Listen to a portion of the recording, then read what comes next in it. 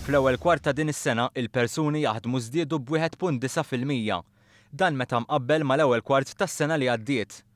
Għal darb'oħra, statistika tal-Uffiċċju Nazzjonali tal-Istatistika ikkonfermat li reġa' kien hemm żieda fl-impjiegi. Bejn Jannar u Marzu ta' din is-sena kien hemm iktar minn 175,000 persuna jaħdmu, li jfisser iktar minn nofs il-popolazzjoni li għandha 15-il sena jew aktar. Meta mqabbel mas-sena ta' qabel, l-impjiegi żdiedu bi 3,300, 2,150 minn dawn huma full-time. Iż-żieda fil-persuni jaħdmu kienet kemm għan-nisa u kemm għall-irġiel. Meta mqabbel mal-2013, in-nies jaħdmu żdiedu b'1.3% u 0.8% rispettivament. Il-maġġoranza tal-persuni jaħdmu għandhom impjieg full-time. Dawn jammontaw għal kważi 150,000, jew aħjar 85.2% tal-persuni b'impjieg. L-ikbar rata ta' attività fis-suq tax-xogħol kienet irreġistrata fl-età ta' bejn 25 u 54 sena.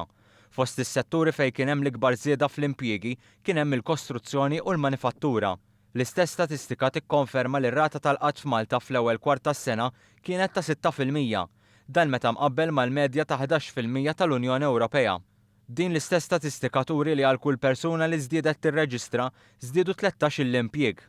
Fi stqarrija b'reazzjoni għal din l-istatistika, il-Gvern qal li ż-żieda fl-impjiegi hija l-aqwa sinjal tal-konfidenza ekonomika qawwija li hawn f'pajjiżna, konfidenza li hija riżultat tal-mużuri li wettaq u qiegħed iwettaq dan il-Gvern.